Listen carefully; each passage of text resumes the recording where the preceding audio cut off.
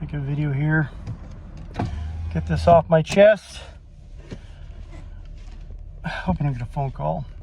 Perfect timing. Anyhow, I made a video way back where we have a neighbor across the street who, this guy got really old and he's in a home now.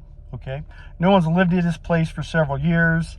There's a time last year and a half, 2 years ago, where it got targeted, and I don't know how you label these people.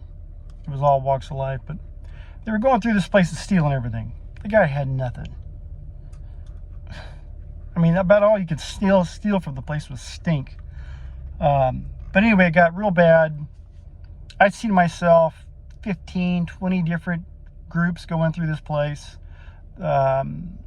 Sometimes you see a repeat. And this place was fleeced. There was nothing left. And I made a video about it. It was nuts. Basically an abandoned house. It's not abandoned, it's owned. But it looked like an abandoned house, and people went through and stole everything. And they kept coming back, it's just insane.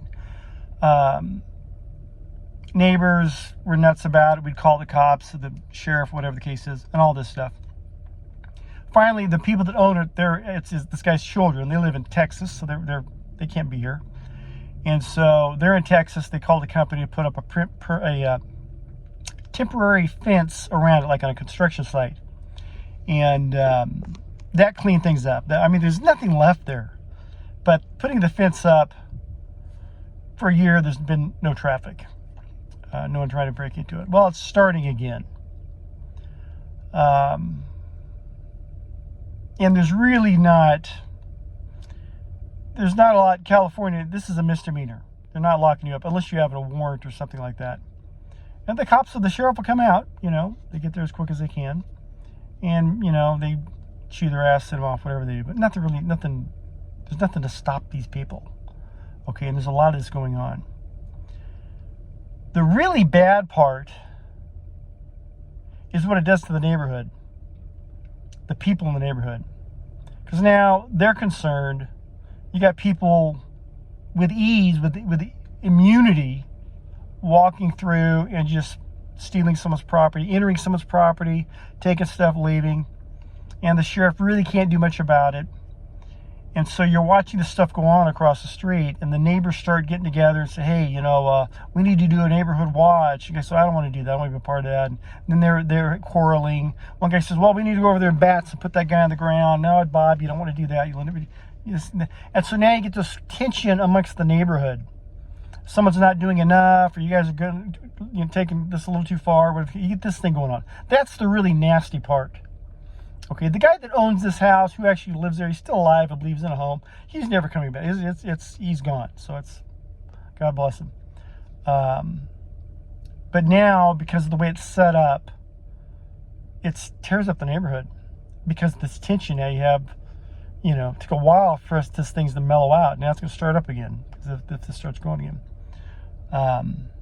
And it's not, the crazy thing, they say this kind of stuff happens in WROL. We're living in WROL. We actually aren't. We're not living, this is the crazy part. Listen to what I'm saying here.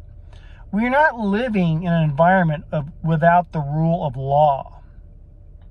The environment we're living in, which is worse, is that the law only applies to some.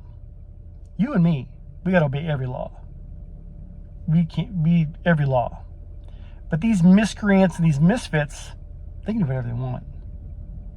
They got nothing to lose. You can't sue them. They got nothing. They got nothing. They're I hate to say it, there's POS. I mean, most of them are meth heads, this kind of thing. Are people taking advantage of an opportunity? The law don't apply to them. There's no law for them, because Governor Brown was the one that started. Now we have this dingbat that we have, where that was the $900 or less, certain offenses, it's a misdemeanor. And now everyone knows this. It's a culture. It happens at our business. It happens at all the grocery stores. You can just walk in and take shit, and there's nothing they can do. And here's the problem is you get so frustrated when you see something like this and you want to act. You want to take that guy down going out of the grocery store. You want to do this or that. You go to jail for that. You get sued for that. The only person who could lose in this is you, Mr. Law Abider. Okay, I have something to lose, so I can't, and it's hard to look the other way. It's hard to let these things slide and realize, just like someone with a bad kid, they keep letting that kid get away with it. He's just going to continue to do it. That dog is going to continue to bite the children as long as you allow him to. And that's where we live. It's not without the rule of law. It's that the law only applies to us, and it's punitive. We cannot defend ourselves. We cannot defend our property. We cannot defend our culture. Cannot defend your way of life. And there's nothing you do. You're helpless. And that is a disgusting feeling, to be helpless in that way. And that's what my neighborhood goes through when this happened before. And that's what they're probably going to end up going through again. And I totally feel it with these people. And I have to explain to them, dude, there's nothing good. We can't do anything. I've gotten to the point where there is nothing left in that house. I have no idea. It was like if you saw a home that was burnt to the ground, just a pile of powder, but people keep going back to steal the black powder. These are idiots. I said, dude, I tell there's nothing left in that house. We have nothing left to protect. Just lock your gates, let your dog out, do what, keep your defenses strong. But we cannot get involved in what happens over there, because it will only come back to haunt us. You can only get yourself into trouble. And I know the frustration. Like, I've had enough. I'm going to go over there and do something.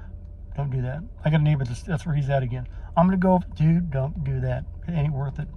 And a lot of these people know, too. If you touch them, you're done. You're done. You cannot. It's just sickening. It's just a sickening feeling. And that is the California hangover. And more people are seeing it now, where it's like, there's a lot of stupid stuff here. And people say, oh, you Californians, you vote all this stuff in. No, there's many of us that vote against this. We're just outnumbered. But even then, that may not be true, because we've done vote harvesting here since Obama. I don't think we've had a legitimate election here in 25 years. So take that. The Republicans are gone. The GOP doesn't even play here anymore. They're done. They walked out. But it's just, I'm pointing that out. It's like living without the rule of law, but it's worse, because it's only applying to certain people. Everyone else gets a free-for-all, and this other guy better watch his step. And that's just, man, that ain't no way to live. That's California. Love you, God bless.